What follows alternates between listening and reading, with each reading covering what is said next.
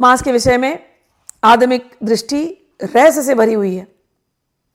शास्त्र कहता है मां सनोति यत् कर्म तन्मासं परिकीर्तितम न च काय प्रतीकम तु योगिर्भी मास उच्यते।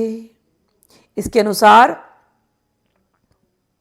जो इस शरीर से कर्म हो रहे हैं ना और करने पड़ रहे हैं,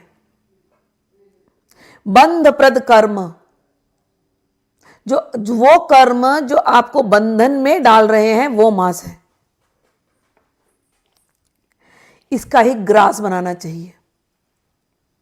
मांस का प्रतिनिधि द्रव्य अगर हमको रियली में अगर ऑफरिंग करना ही है तो मालपुआ है, लेकिन इसका अर्थ क्या हो गया?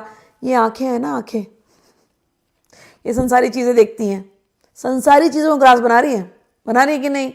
कानों से बकवास सुनना है दिन रात, संसारी टर्र टर्र में चालू है कान के अंदर। जीभ से हिलाते रहना है बस, जीभ का टर्र टर्र शुरू है उसका, जीभ का जहां नहीं बोलना वो भी बोलता जा रहा है जीभ। तो जो ये शरीर, ये पूरा शरीर ही मांस है, ये पूरा शरीर मांस का एक आकार है ना, जहां जहां देखो वहां मांस है सब। और क्या कर रहे हैं मांस का आकार? ये सारे ऐसे संसारी काम कर रहा है जो आपको बंधन में डाल रहा है, और दिन के दिन आप काल के ग्रास बनते जा रहे हो, मृत्यु के ग्रास। तो कह रहे हैं ये जो बंधन है जो इस मांस रूपी शरीर से हो रहा है, ये बंधन का ही ग्रास बना दो कि ये नेत्र बाहर की चीजों को क्या ले रहे हैं, अंदर में इतना कुछ है उसको देखे। ये कान बाहर की चीजों को क्या सुन रहे हैं, अरे अंदर में इतने सुंदर नाद की ध्वनि है उसको सुनने का प्रयास करें। ये जिह्वा क्या चखना चाह रही है, ये बाहर का मांस, अरे मरे हुए जानवर का मांस। जो बच्चा पैदा नहीं हुआ उसको अंडा रूप में खा लो और बोलो कि नहीं भैया उसमें तो कोई जान ही नहीं है। अंधाधुन पढ़े लिखे लोग ये कर रहे हैं।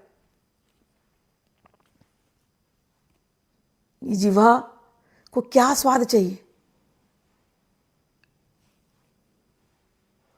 सत्संग रूपी, भगवान के नाम रूपी, देवी के नाम रूपी रस का आस्वादन करना है।